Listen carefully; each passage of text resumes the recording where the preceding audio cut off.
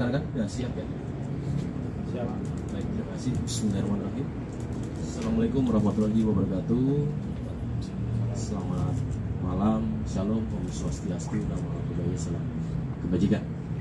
Rekan-rekan media yang saya hormati, terima kasih sudah menunggu, dan tentunya rekan-rekan banyak hal-hal yang ditunggu terkait dengan perkembangan pada penanganan yang dilakukan oleh Subdit Tipikor Polda Ulangi, Direktorat Reserse Kriminal Khusus Polda Metro Jaya pada saat ini, tepatnya tanggal 22 November 2023.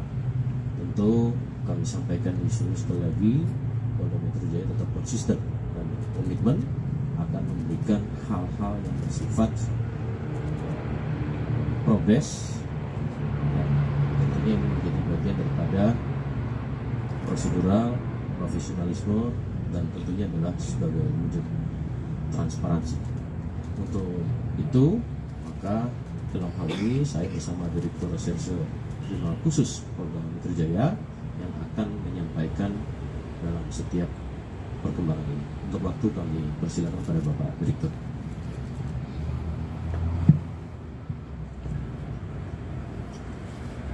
Assalamualaikum warahmatullahi wabarakatuh. Semangat pagi, salam sejahtera untuk kita semua. Salam, om swastiastu, namo buddhaya, salam kebajikan. Saya hormati rekan-rekan media yang telah bersabar menunggu update terkait dengan kegiatan pendidikan yang dilakukan oleh tim penyidik gabungan Subdit Tipikor Ditreskrim Sus Polda Metro Jaya dan Ditipikor Baris Krim Polri. Dapat kami sampaikan di sini terkait dengan update kegiatan penyidikan yang telah dilakukan oleh tim penyidik gabungan sejak dimulainya penyidikan atas dugaan tindak pidana korupsi yang terjadi mendasari pada surat perintah penyidikan nomor SP Sidik 6715 10 Romawi Res 3.3 2023 Ditreskrim Sus tanggal 9 Oktober 2023. Adapun perkara yang dilakukan penyidikan terkait dengan dugaan tindak pidana korupsi berupa pemerasan atau penerimaan gratifikasi atau penerimaan hadiah atau janji oleh pegawai negeri atau penyelenggara negara terkait dengan penanganan permasalahan hukum di Kementerian Pertanian RI pada kurun waktu tahun 2020 sampai dengan tahun 2023. Sebagaimana dimaksud dalam pasal 12E kecil atau pasal 12B besar atau pasal 11 Undang-Undang Nomor 31 tahun 1999 tentang pemberantasan tindak pidana korupsi, sebagaimana yang diubah dan ditambah dengan Undang-Undang Nomor 20 tahun 2001 tentang perubahan Undang-Undang Nomor 31 tahun 99 tentang pemberantasan tindak pidana korupsi, junto pasal 65 KUHP yang terjadi di wilayah hukum Polda Metro Jaya pada sekira tahun 2020 sampai dengan tahun 2023. Adapun update kegiatan penyidikan yang telah dilakukan, yang pertama, telah dilakukan pemeriksaan terhadap 91 orang saksi sejak dimulainya penyidikan tanggal 9 Oktober 2023. Kemudian yang kedua, telah dilakukan penggeledahan di 2 tempat Yang pertama ada di rumah Jalan Kertanegara nomor 46, Kelurahan Rawa Barat, Kecamatan Kebayoran Baru, Kota Jakarta Selatan. Dan rumah Gardenia Villa Galaxy A2 nomor 60, Kelurahan Jagastia, Kecamatan Bekasi Selatan, Kota Bekasi Selatan. Yang ketiga, penyidik juga telah melakukan penyitaan terhadap barang bukti.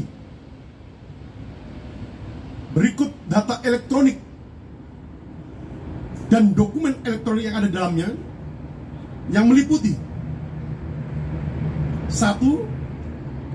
Dokumen penukaran falas dalam pecahan SGD dan USD dari beberapa outlet money changer dengan nilai total sebesar 7.468.711.500 rupiah sejak bulan Februari 2021 sampai dengan bulan September 2023.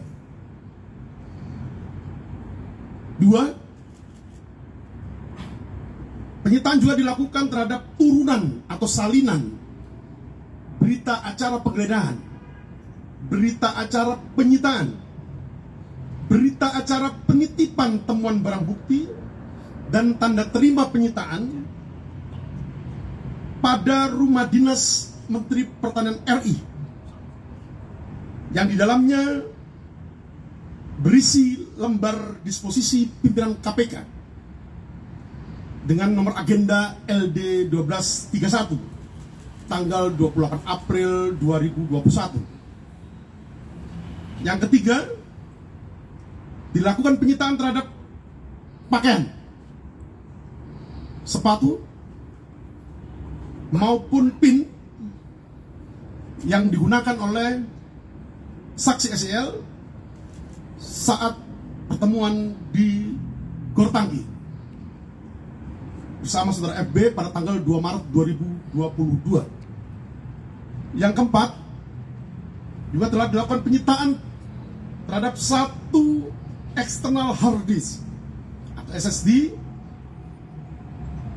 dari penyerahan KPK RI, berisi turunan ekstraksi data dari barang bukti elektronik yang telah dilakukan penyitaan oleh KPK RI.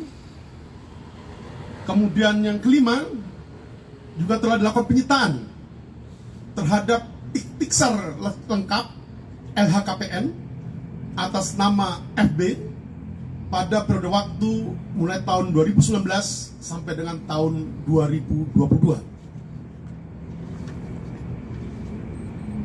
Juga dilakukan penyitaan terhadap 21 unit handphone dari para saksi, kemudian 17 akun email, 4 unit flash disk, 2 unit kendaraan bermotor roda 4, 3 e-money,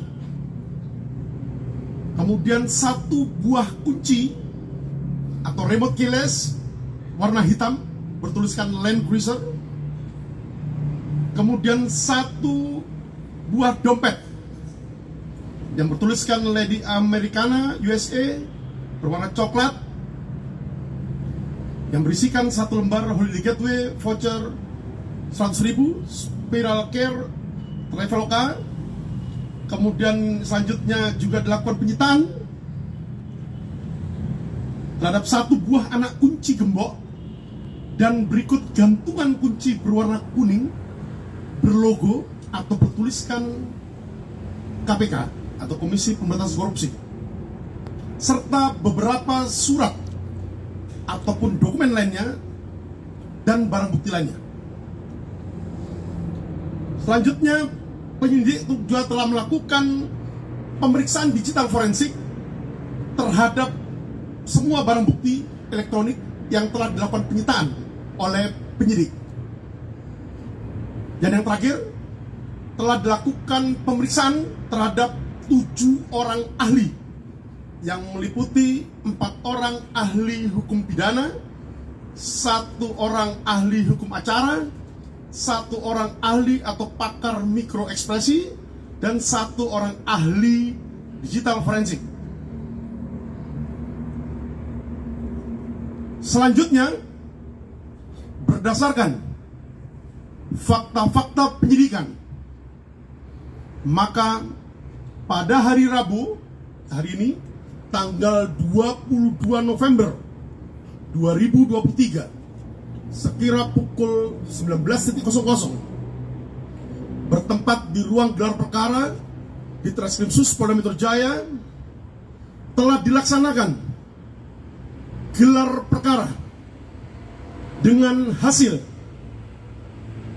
ditemukannya bukti yang cukup untuk menetapkan saudara FB selaku Ketua KPK RI sebagai tersangka dalam perkara dugaan tindak pidana korupsi berupa pemerasan atau penerimaan gratifikasi atau penerimaan hadiah atau janji oleh pegawai negeri atau penyelenggara negara yang berhubungan dengan jabatannya terkait penanganan permasalahan hukum di Kementerian Pertanian Republik Indonesia pada kurun waktu tahun 2020 sampai dengan tahun 2023 sebagaimana dimaksud dalam pasal 12E kecil atau pasal 12B besar atau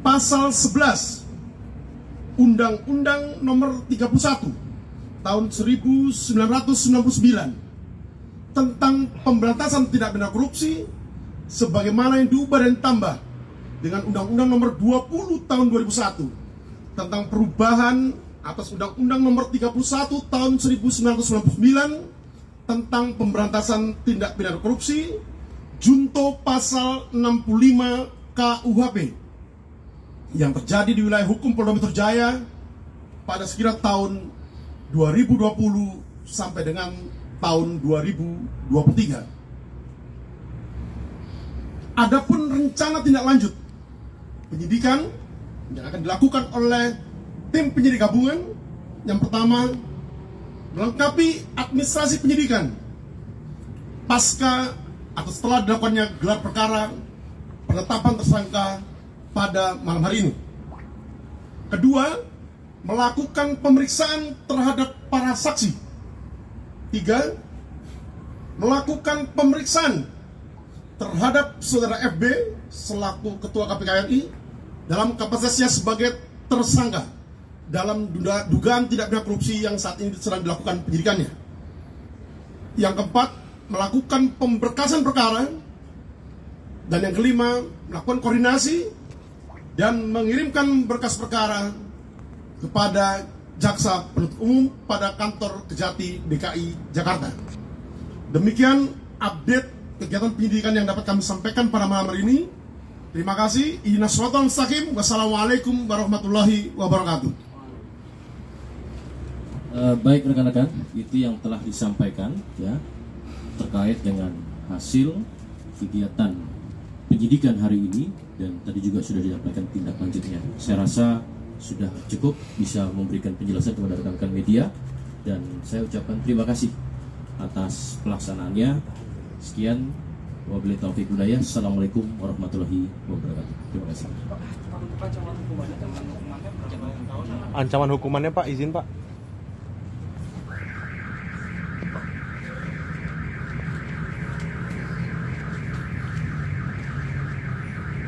Adapun ancaman hukuman dari pasal 12E tentang Undang-Undang Pemberantasan Undang-Undang tentang Pemberantasan Tindak Pidana Korupsi, pegawai negeri atau penyelenggara negara yang dengan maksud menguntungkan diri sendiri atau orang lain secara melawan hukum atau dengan menyalahgunakan kekuasaannya memaksa seseorang memberikan sesuatu, membayar atau menerima pembayaran dengan potongan atau mengerjakan sesuatu bagi dirinya sendiri. Kemudian pasal 12B, setiap ayat 1, setiap gratifikasi kepada pegawai negeri atau penyelenggara negara dianggap pemberian suap apabila berhubungan dengan jabatannya dan yang berlawanan dengan kewajibannya atau tugasnya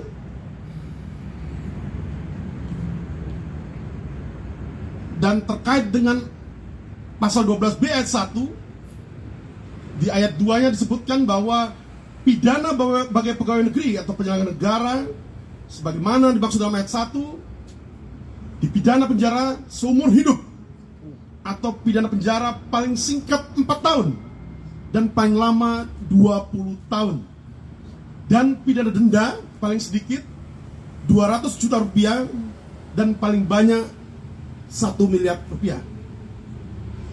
Sedangkan untuk pasal 11 dipidana dengan pidana penjara paling singkat 1 tahun dan paling lama 5 tahun dan atau pidana denda paling sedikit 50 juta rupiah dan paling banyak 250 juta rupiah bagi pegawai negeri atau penyelenggara negara yang menerima hadiah atau janji padahal diketahui atau patut diduga bahwa hadiah atau janji tersebut diberikan karena kekuasaan atau kewenangan yang berhubungan dengan jabatannya atau yang menurut pikiran orang yang memberikan hadiah atau janji tersebut ada hubungannya dengan jabatannya.